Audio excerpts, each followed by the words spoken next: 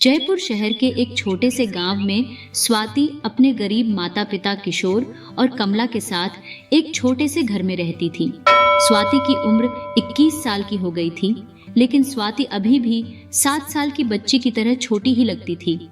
दरअसल वह बोनी थी, उसकी लंबाई नहीं बढ़ने से वह छोटी रह गई थी। स्वाति जयपुर के ही एक कॉलेज से बीएड की पढ़ाई कर रही थी। स्वाति कॉलेज की छुट्टी होकर शाम को घर आती है। स्वाति बेटा, अब खर्चा बहुत बढ़ गया है। हम तेरी पढ़ाई का खर्चा नहीं उठा सकते बेटा अब। हाँ स्वाति बेटिया, हम गरीबों के बस की बात नहीं है पढ़ाई लिखाई करना। लेकिन पिताजी, आप तो जानते हो ना मुझे पढ़ाई करना कितना अच्छा लगता है और मेरा बचपन से ही सपना था कि मैं टीचर बनूंगी। मुझे मेरा ये सपना पूरा करना है पिताजी। स्वाति बेटा, हम जानते हैं कि तुझे टीचर बनना है, लेकिन बेटा हम इतने पैसे कहाँ से लाएंगे? माँ, मुझे अपने लक्ष्य को पूरा करना है। मैं कैसे भी करके अपनी पढ़ाई पूरी करूंगी और टीचर बनकर रहूंगी। मैंने बचपन से ही बहुत मेहनत की है टीचर बनने के लिए। ठीक है बिटिया, तू अपनी पढ़ाई पूरी कर। मैं तेरी पढ़ाई का खर्चा उठाने के लिए और ज्यादा काम करूंगा। पिताजी, आपको काम करने की कोई जरूरत नहीं है। मैं बच्चों को ट्यूशन पढ़ाकर अपनी पढ़ाई का खर्चा खुद उठा लूंगी। स्वाति बोनी जरूर थी, लेकिन वह बहुत मेहनती और होशियार लड़की थी। अगले दिन से स्वाति रोज सुबह कॉलेज जाती और कॉलेज की छुट्टी होने के बाद शाम को घर आकर बच्चों को ट्यूशन पढ़ाती थी, जिससे वह अपनी पढ़ाई का खर्चा भी निकाल पाती। स्वाति के बोनेपन की वजह से सब उसका बहुत मजाक उड़ाते थे। है छोटी बच्ची, तू यहाँ कॉलेज में क्या कर रही है? जा स्कूल जा, वहाँ खेलना। अभी तो तेरे खेलने की उम्र है, बोनी कहीं की। सभी इसी तरह स्वाति का मजाक उड़ाते थे। गांव में भी सब स्वाति को बोनी बोनी कहकर चिढ़ाते और उसका मजाक उड़ाते, लेकिन स्वाति इन सब बातों पर ध्यान नहीं देती थी। वह तो सिर्फ अपनी पढ़ाई पर ध्यान देती, उसे अपने बोनेपन से कोई परेशानी नहीं थी। ऐसे ही पढ़ाई करते करते 2 साल बीत गए और स्वाति अच्छे नंबरों से पास होकर अपनी बीएड की डिग्री हासिल कर लेती है। कुछ दिन बाद स्वाति तैयार होकर टीचर की जॉब के लिए इंटरव्यू देने जाती है, लेकिन उसकी छोटी हाइट के कारण उसे कहीं पर भी जॉब नहीं मिल रही थी। उसने बहुत सारे स्कूल कॉलेज में जाकर देखा, लेकिन उसे किसी भी स्कूल कॉलेज में जॉब नहीं मिली। वह दुखी होकर घर वापस आ गई। उसको दुखी देख उसके माता पिता उससे पूछते हैं, क्या हुआ स्वाति बेटा, तू दुखी क्यों लग रही है? इंटरव्यू अच्छा नहीं रहा क्या? हाँ माँ, मैंने कई सारे स्कूल कॉलेज में जाकर देख लिया, लेकिन कोई भी मेरी छोटी हाइट की वजह से मुझे जॉब देने को तैयार ही नहीं है। कोई बात नहीं बिटिया, तू कल दूसरे स्कूल में जाकर देखना, वहाँ तुझे जॉब मिल ही जाएगी। हाँ बेटा स्वाति, तेरे पिताजी सही कह रहे हैं। जा अब अपने कमरे में जा और आराम कर।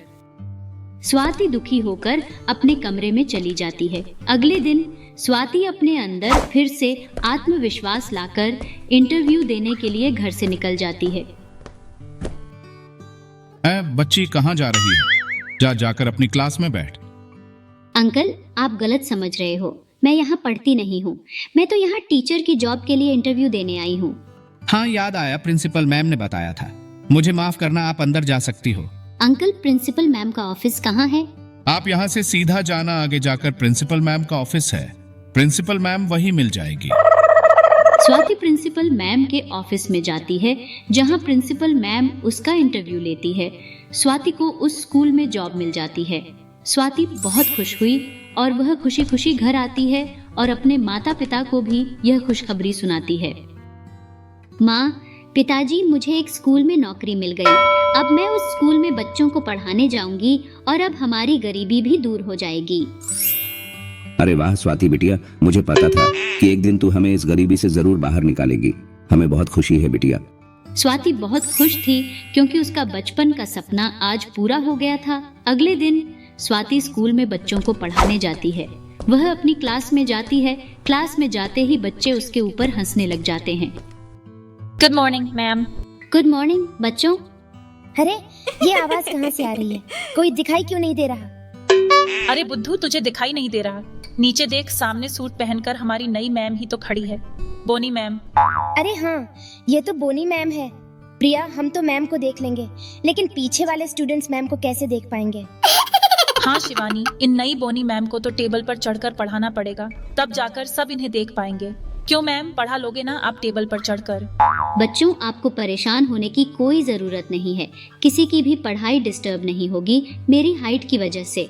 चलो बैठ जाओ। स्वाति सभी बच्चों को दिख जाए इसलिए टेबल पर खड़ी हो जाती है।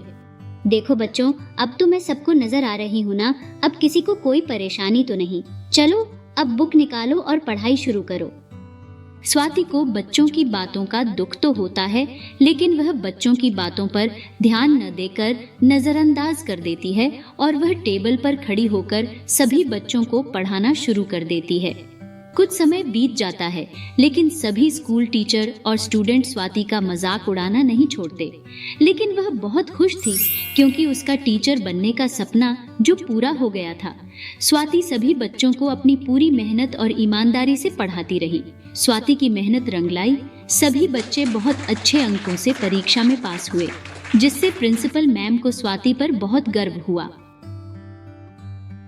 वेरी गुड स्वाति, तुमने तो हमारे स्कूल का नाम रोशन कर दिया। और स्वाति, सभी बच्चे अब तुमसे ही पढ़ना चाहते हैं। जो बच्चे पहले तुम्हारे बोनेपन का मजाक उड़ाते थे, वे बच्चे अब तुम्हारी तारीफें करते नहीं थक रहे। स्वाति यह सुनकर बहुत खुश होती है। अब जाकर उसका टीचर बनने का लक्ष्य पूरा हो गया था। अब उसकी मेहनत से उसका छोटा सा घर भी बड़े से घर में बदल गया। स्वाति और उसके माता पिता उस घर में अब खुशी खुशी रहते थे।